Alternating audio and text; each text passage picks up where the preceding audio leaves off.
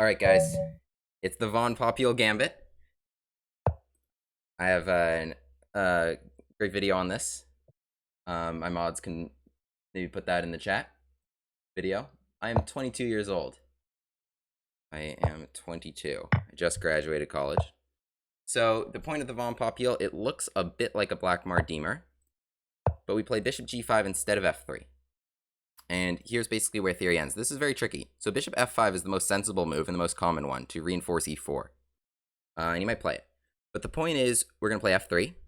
And after takes, we play Queen takes F3. And then there was a bishop and a pawn we could attack there. Okay, he didn't go into it. But basically, I think now we can transpose into a nice-looking Black Mardemer, where this bishop is actually jammed in. It's a little bit worse. Thanks, Jake Walkie. Okay, this is clever. C6, he wants to just give me this. He wants to just give me this so he can play E5. I wanted him to take. It would have helped my development. Alright. Maybe I'll give him another chance. On Popiel. Alright, so yeah, he was trying to decline my gambit. I think E5, and then these pawns are actually very vulnerable in that position. So C6 was like a good move to restrain this and to block the queen. But I think he's playing it a good way. Okay, so he's not even... He did not even accept the gambit. So we are in a gambitless position. Should I play here A3? I think bishop B4 might be a little bit annoying, but... Alright, I think we can just bring out our pieces. I'm not sure which way I'm castling, but we'll see. We'll see. I think what's good about this is he had to play knight D7 to avoid the tricks, and this bishop has been very shut out of the game. So I think that's definitely a point in my favor. Here, maybe I want to play A3. This dark square bishop is very valuable to him, because if you have just like a lot of light square pawns, particularly in the center, then especially if you trade off the other color bishop, that's like half the squares on the board you're not controlling. And it's going to be a big issue. You're going to be left with one bishop. It's not going to be very good because it's going to be jammed in by its own pawns. So I think after A3, he's going to want to trade that off. Or not trade that off, like retreat it. Queen A5 he can play against my rook. Yeah, I mean, like, I could try an attack here, but I just don't feel as though there's such a strong attack brewing. So I might just castle this way. Alright, and now we'll just kind of play chess. So, what to do? Let's start with B4. I still want to, I want to trade him off, so I'm going to try and swap these dark square bishops. So, okay, E5 is interesting. Why don't we trade over here? Now takes, I feel like that frees him a lot. But I'm not sure I have a better option. Alright, let's maybe try just king over. I want to kind of see what he's going to play, because the knight needs to move for any of these other pieces to move. But the knight can only move once I take it. Okay, he's going to do that now, but now... Alright, let's make sure we trade that off. Okay, that's what I wanted. It's a light square pawn. We can blockade this pawn with our dark square outposts. Maybe that knight... It's a very good knight. I think my position is very pleasing. Oh no, my knight. I have takes. Sorry, I know I'm not Eric Rosen. Stole that line. What do we got here? Let's stack our pieces a little bit. Maybe. Not really sure what to do.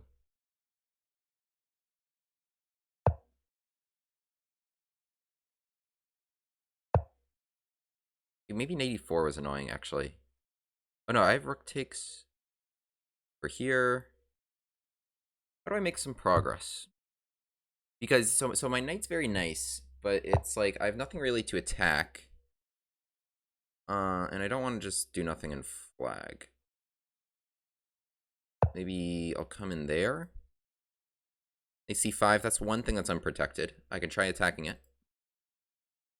I think in general I'm like a little bit better, but it's hard to say. I think queen e5, I think trading off the queens might make things easier for me. I think the more you trade... Ooh, is this working? What happens when I take this? Yeah, I got two pieces for that rook. No, that did not work out well for him. Don't think that worked out well for him. Okay, he's got to stop this. He stops queen h7. I think with g6, I'm going to play an ac5. I'm going to try and take b7 and try and not get back rank mated. So I'll try and throw in an h3 or something. So, okay, we're going to take b7. I think we could take a6 also and kind of just push these pawns. Okay, let's snag that guy.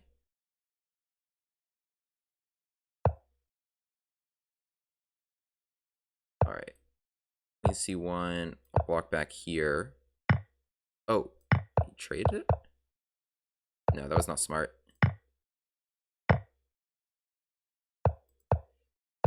All right, these pawns should be quite good.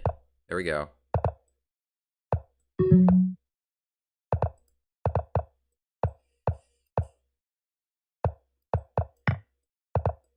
All right, he's gonna get me with the stalemate trick.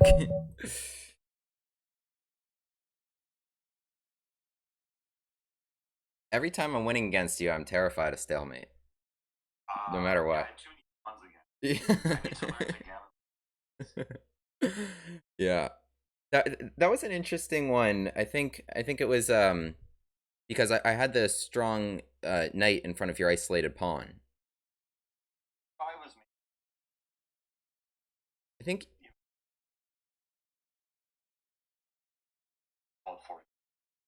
Yeah, I think you're doing all right, but then I think when you have to trade off the dark square bishop by playing knight f6, so yeah, I think maybe e4 instead. But I'm not sure. I think, yeah, but basically the point of the von Popiel is the most common move is bishop f5 instead of knight d7. I think you play like what you did with c6 made a lot of sense, but with bishop f5, then I was trying to. Right. Then the point is f3, and then queen takes f3. Yeah, and that's right. With those under attack.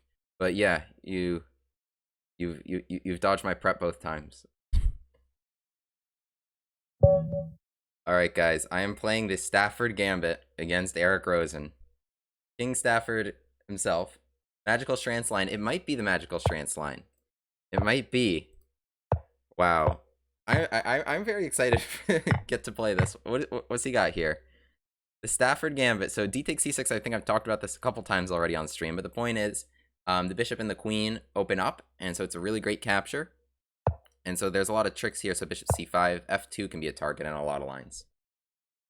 And so, yeah. So he takes away knight g4, but we're gonna try and force it anyway.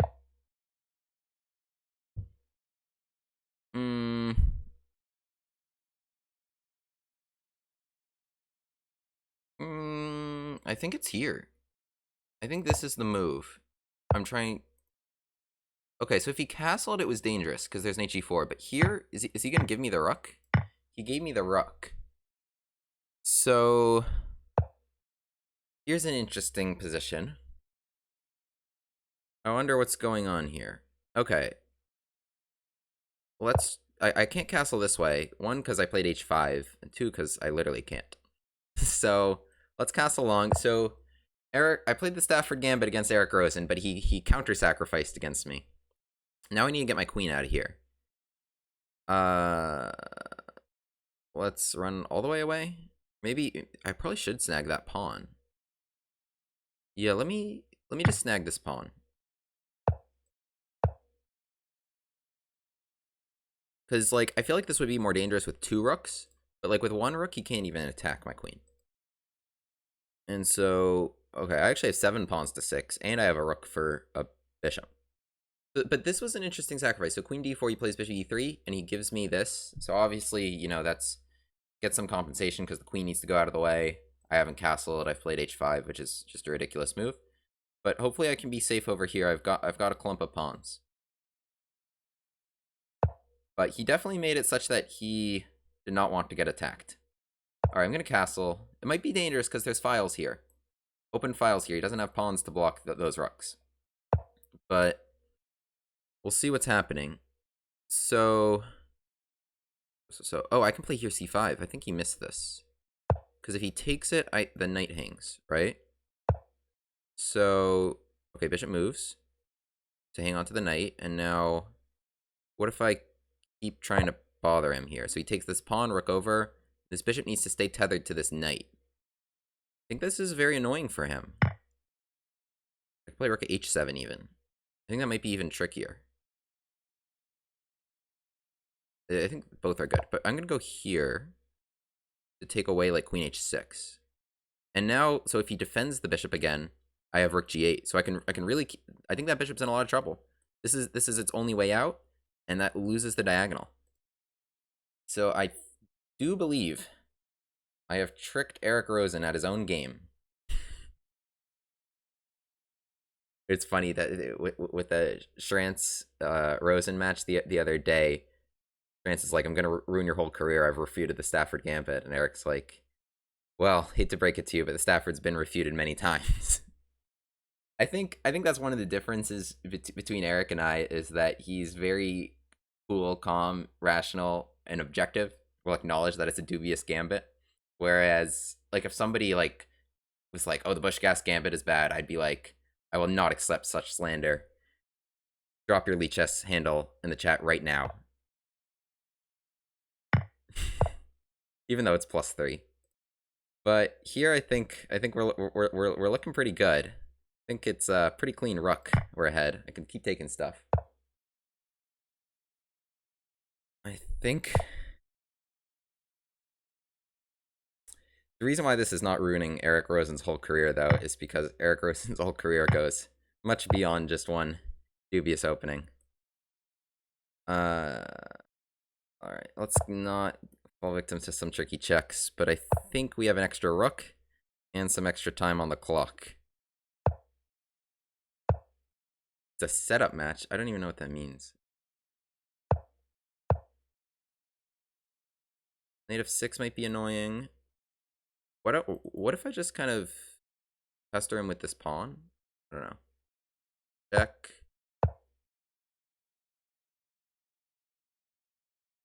Play pawn f6. I'll take away this. I don't know. I feel like that was his idea. Ah.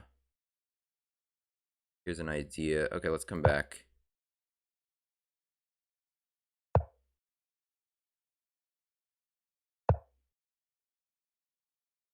h4, h3. Can this pawn be a little pest? A little pestilence?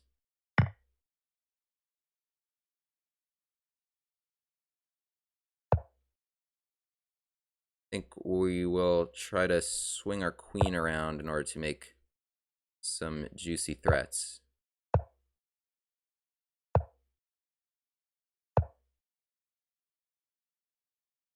Check? That looks like a good check, but I don't know if it does anything. We can take this pawn. Oh, my queen is trapped for a sec. Oh, don't want to freeze.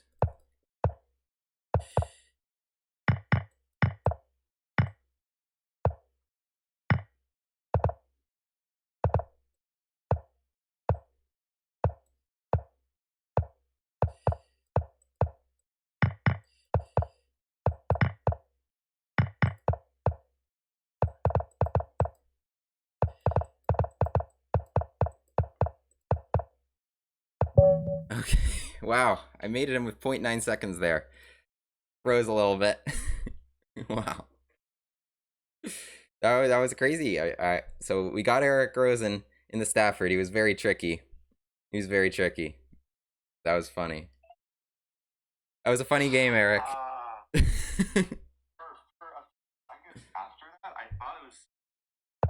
Oh my god, I'm terrified against you every time, like I said.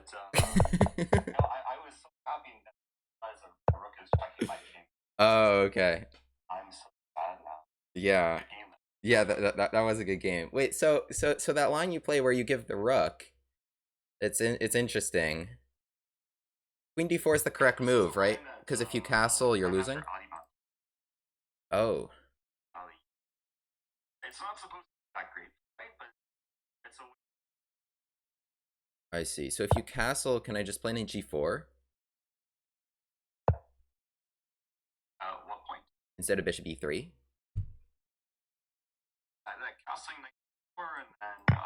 Takes, and then try and checkmate you. Uh-huh. Yeah, the best try actually after castling is g6. I see. Okay, interesting. But bishop e3, and so you sacrifice this rook here. You got some good compensation. Yeah, I didn't really want to go. Right.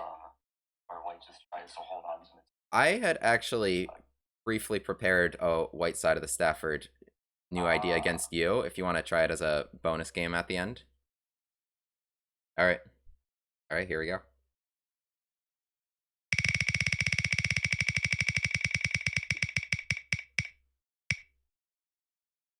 Appreciate it, chat. It's time for the Jerome, and I'm white. That's exciting. All right, thank you. All right, guys, the Jerome, a fan favorite, and has to be the most dubious line here. It comes out of the Italian game, bishop c4, bishop c5, and we just sacrifice on f7. Just sacrifice on f7 because, well, your queen's gonna come out here and is hopefully gonna pick up one of these pieces, I think is the idea. If knight back, this bishop's hanging. All right, guys. I'm getting lots of requests for serious time. The glasses. It's the Jerome Gambit. We're gonna have to make sure we focus here. Okay, so we have 2 pawns for the piece. And we're gonna have to castle, and we're gonna have to bring out the rest of our pieces. But it is Jerome Gambit time. Oof, okay. Let's continue to bring stuff out.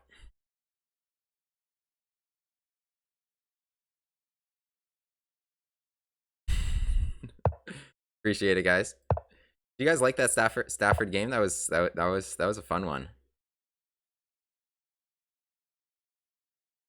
Okay, we need to. I want to play d4.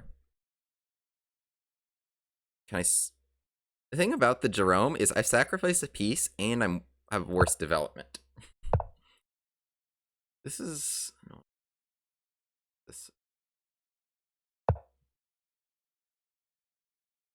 All right. The glasses are getting some good feedback. I think we'll keep them. All right, he wants to go g takes f6, which is just gonna kill me on these files, man. So let's try and play d4. Let's try and get. He doesn't want me to play d4, but I'm gonna try to say too bad for you. I'm gonna, if I can get these pawns going and just kind of get them out of the way of my rooks. But d4 right now hangs this. Let's go queen over here. I think his stuff's now kind of blocked. My queen at least is gonna help defend, and I can push. So we're looking good. Serious glasses are helping me stay very serious in the Jerome Gambit. We push. I'm definitely not going to take it. That's going to help him so much. There's no way I'm going to take that pawn. Take that knight. But I need to get my own pawns out of the way. My pawns keep being in the way of my rooks. And I just need... Alright, we have some imbalance. He doesn't want to help my rook, and I don't want to help his rook. So that's basically the stalemate, if you will, that we are right now. But here's an idea. Maybe my knight, which is the currently dead piece, other than my rooks, of course. But I have all 8 pawns on the board blocking my rooks. But, ooh, he really wants me to take this. This is crazy. He's really... But I just don't want to help him. It's going to help these rooks. And right now, those rooks are dead. They're just staring at their own pawns. So... We'll see who blinks first and who has to make some sort of pawn capture. But I want to use this E file where his king is. That seems like a file I can open up. Also, this... Ooh, I have a trick here. So knight has to go back here. That's the knight's only square. And then I'm going to push E6. Tricky. Jerome Gambit for the win. So knight there, E6, and it's going to finally get the stupid pawn out of the way. And I'm going to be able to go rook E1. What's going on? Do I have to take this? Let's push E6. I could take that, but again, that's going to unleash the rook, maybe. So, Yeah, why don't we just play like this? So now if he goes takes... Okay, he didn't want to take. Alright. Alright, I like it. We're up a pawn. We're up a pawn in the Jerome. Serious glasses. Help me be very serious, guys. And now if he plays rook takes, the thing is this pawn's going to fall after I eliminate that knight. He can play queen takes. Okay, oh, he wanted to give the pawn. Okay, we're 2 pawns up now. That was probably a good practical decision on his part. Why don't I annoy him a bit? Don't worry, I don't want to draw. Go here. So now if rook down, I think check, and I can collect some things. But we're 2 pawns up. And I think we're just going to try and trade some things and play this a little bit solidly. What's this? 8th.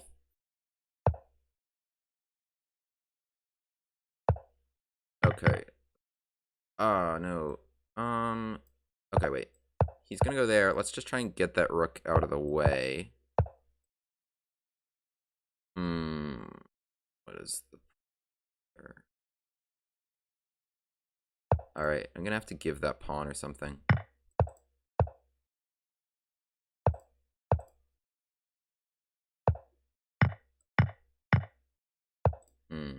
That could have gone better.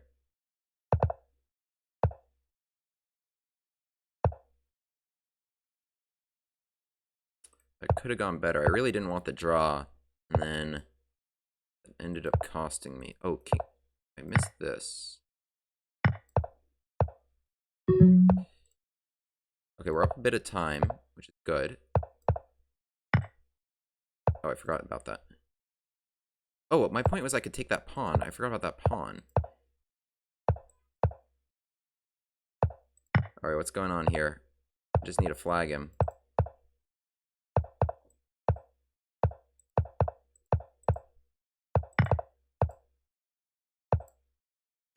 I don't think I'm gonna flag him.